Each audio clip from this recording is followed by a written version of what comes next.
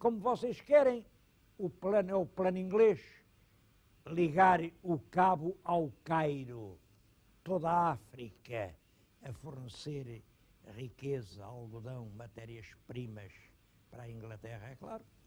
A força tem sempre razão, a gente teve que se render, mas aí todo o país se emocionou e então fez-se uma grande subscrição nacional. Imaginem para quê?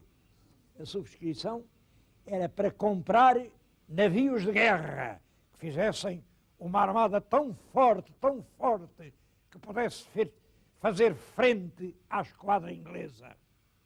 Bom, cada um deu o que pôde, toda a gente deu pouco, nós nunca fomos ricos, e tudo junto só chegou para mandar construir um cruzador na Itália, em Livorno.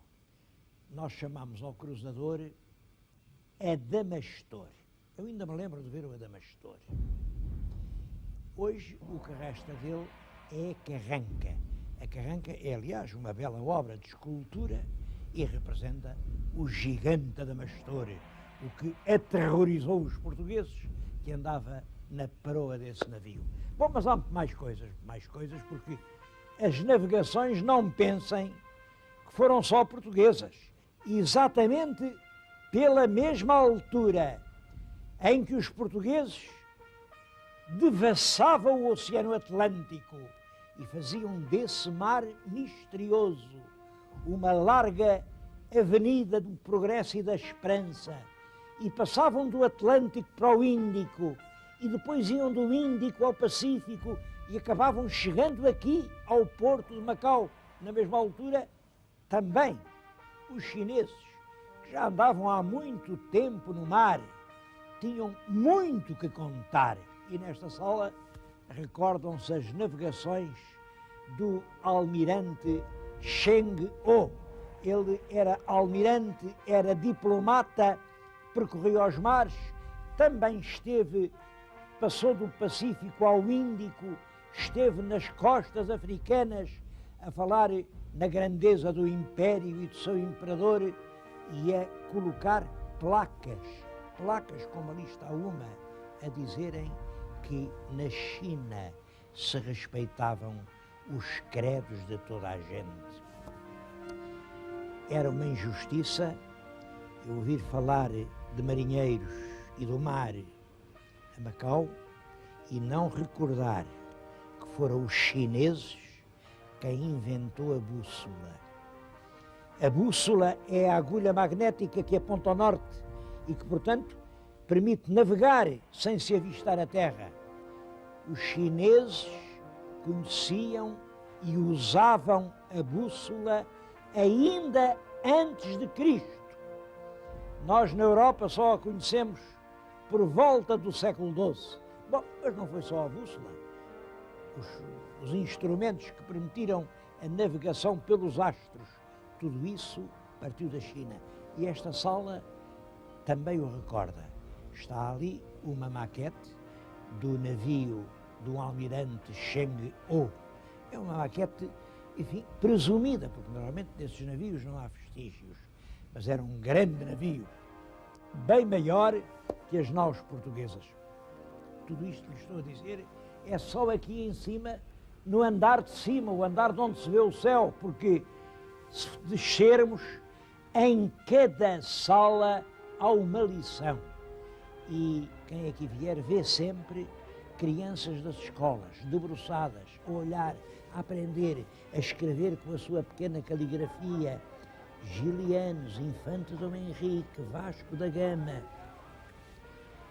Que lição que isto é, não só para as crianças da China, também para certos intelectuais do meu país.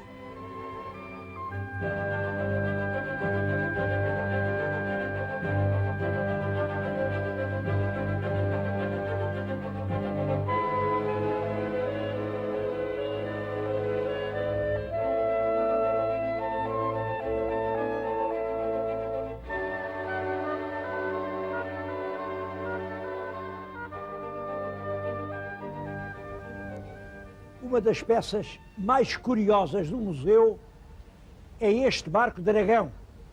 É uma peça autêntica. Há em toda a China centenas ou mesmo talvez milhares de barcos semelhantes a este. Barcos muito rápidos que servem só para fazer regatas. Bom, mas o sentido da regata é que vale a pena lembrar. Há muito tempo havia na China um ministro virtuoso, chamava-se Wat Yun. Wat Yun lutou com toda a força do seu coração, com toda a energia da sua alma, para acabar com a corrupção na grande China. Lutou e perdeu. Desesperado, quando viu que era inútil o seu esforço, atirou-se ao mar. Bom, e nessa altura, só nessa altura, é que o povo sentiu quanta falta fazia um ministro virtuoso. Então, nestes barcos, que eram rapidíssimos, todos entraram no mar e em ramadas vigorosas, marcadas por este tambor, pum, pum, pum, correram os mares a tentar salvar o ministro que queria acabar com a corrupção na China. Infelizmente, não chegaram a tempo. O Wat Yun afundou-se para sempre nas profundidades do mar. Dizem que a corrupção continuou. Não sei se continuou ou não, mas queria fazer um apelo. Por favor, não deixem afundar os primeiros ministros virtuosos.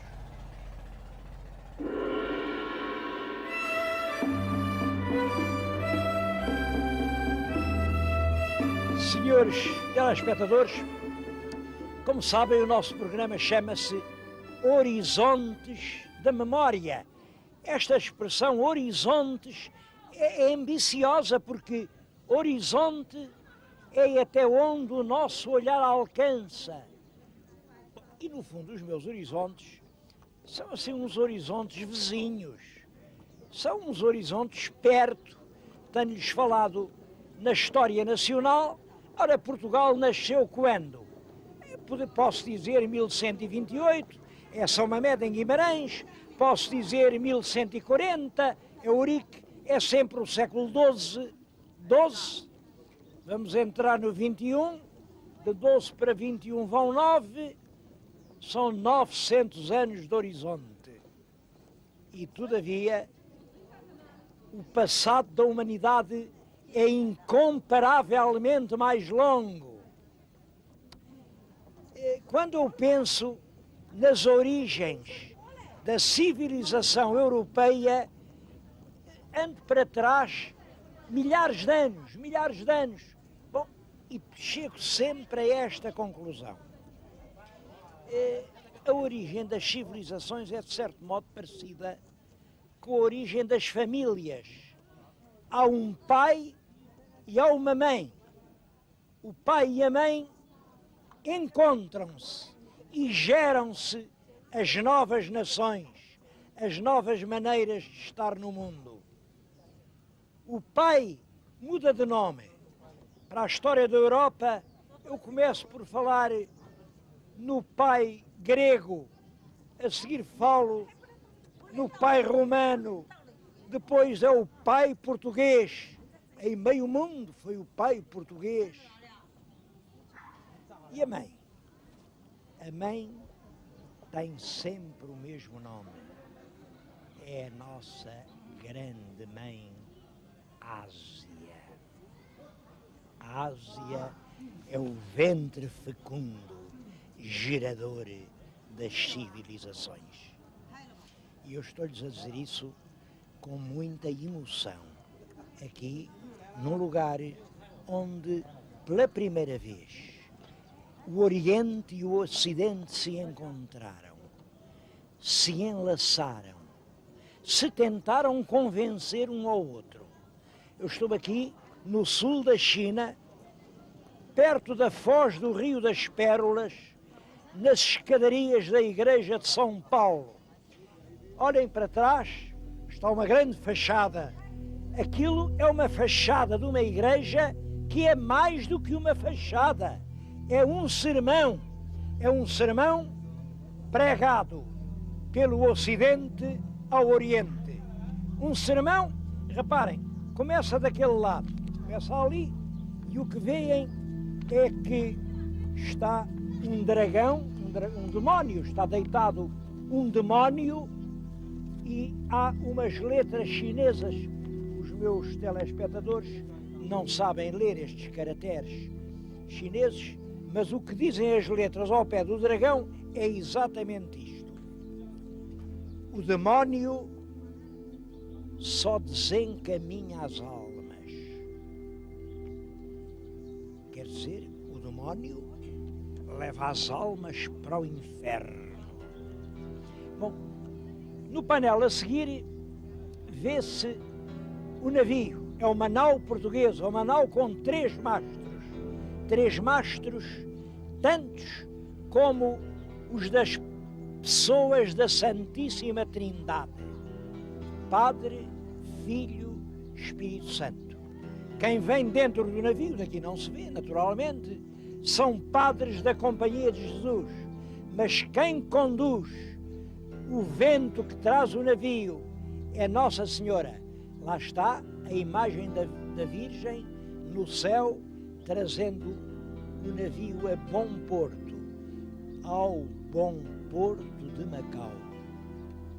Reparem, depois há uma imagem da Virgem, depois veem um outro nicho, há um dragão, um grande dragão, mas em cima do dragão está uma imagem de Nossa Senhora.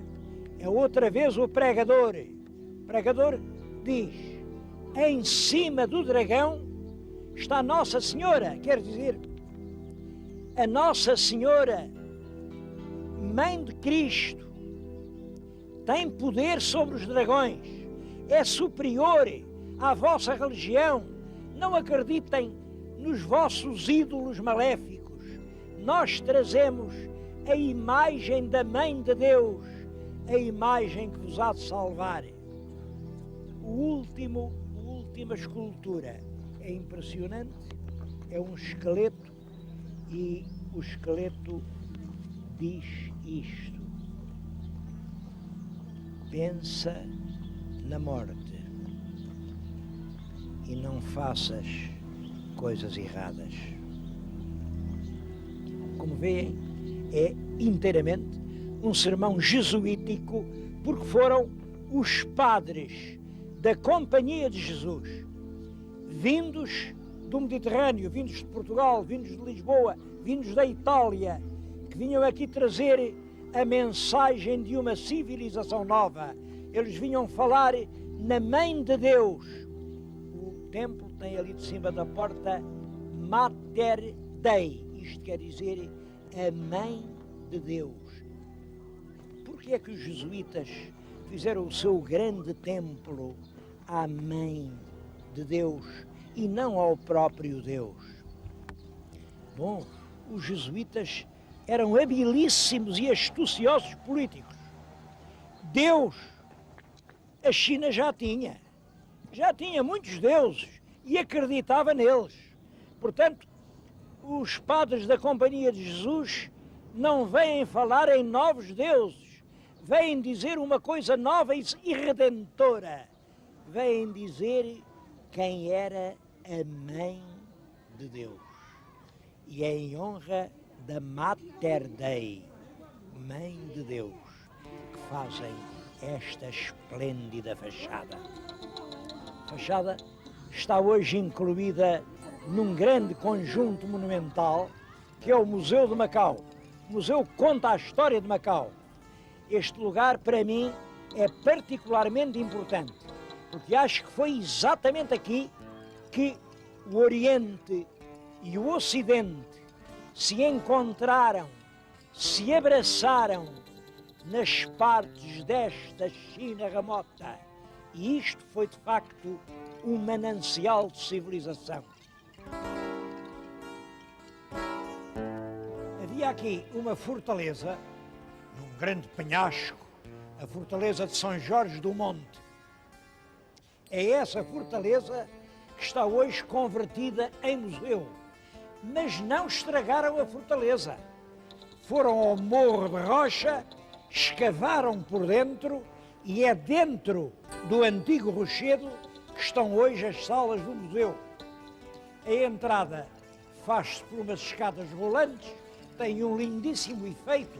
A gente vem passando as escadas e estão nas paredes decorações de um belo efeito decorativo. Bom, depois chega aqui, esta fachada também é feita agora, mas representa um prédio do século XIX ou XVIII, um prédio dos portugueses. Quando chegavam aqui, faziam construções deste género.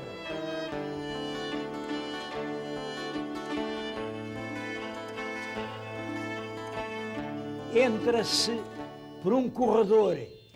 Parece um corredor só com uma dúzia de metros. Realmente é um corredor com mais de 2000 anos. Logo à entrada, como sentinelas, estão dois guerreiros. Um é este, é um guerreiro da dinastia Qin, 200 anos antes de Cristo, e do outro lado fica um guerreiro lusitano do tempo de Viriato, exatamente da mesma época. É claro que as pessoas podem perguntar, deste lado representa-se a civilização oriental, dali a civilização ocidental, portanto era mais justo, em vez de pôr ali um rude e forte lusitano, pôr ali um brilhante legionário romano, com a sua armadura, o seu elmo, porque Roma é que representa o Ocidente, sem dúvida.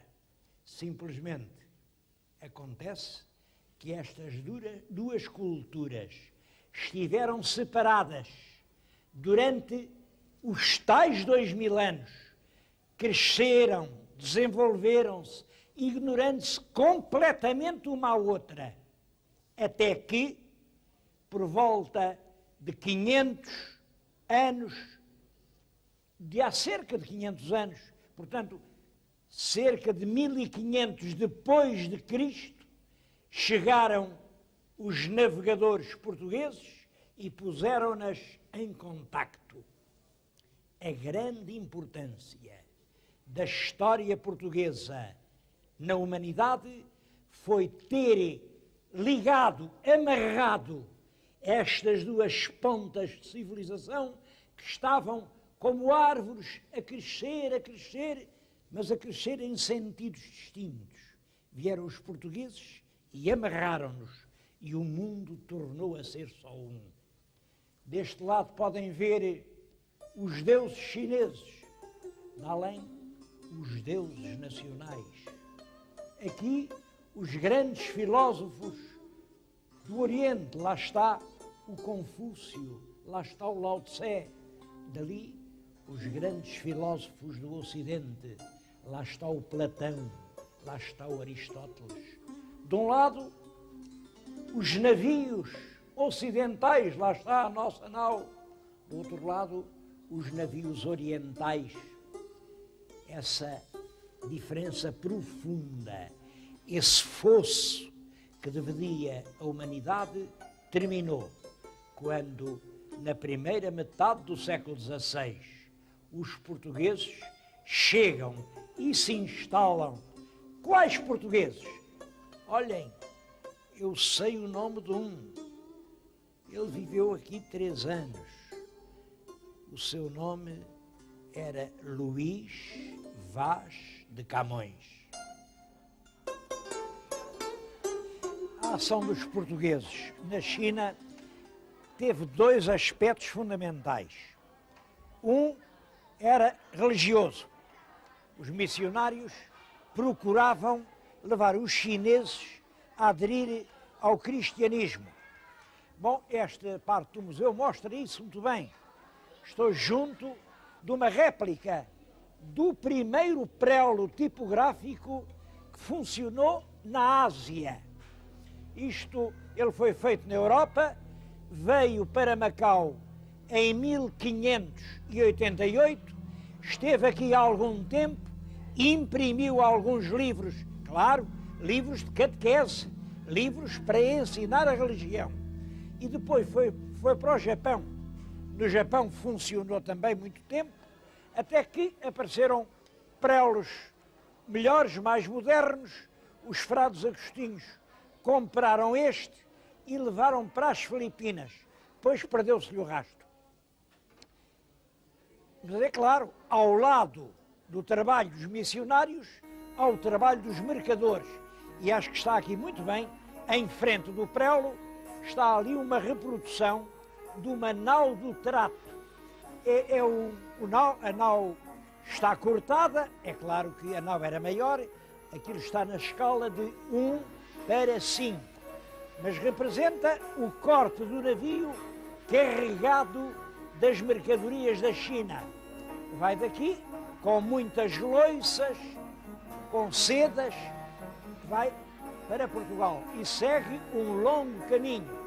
Há ali um mapa que marca a rota que estes navios levavam. Era a este navio que chamavam a nau do trato, porque todos os anos ia o navio carregado com essas preciosas fazendas.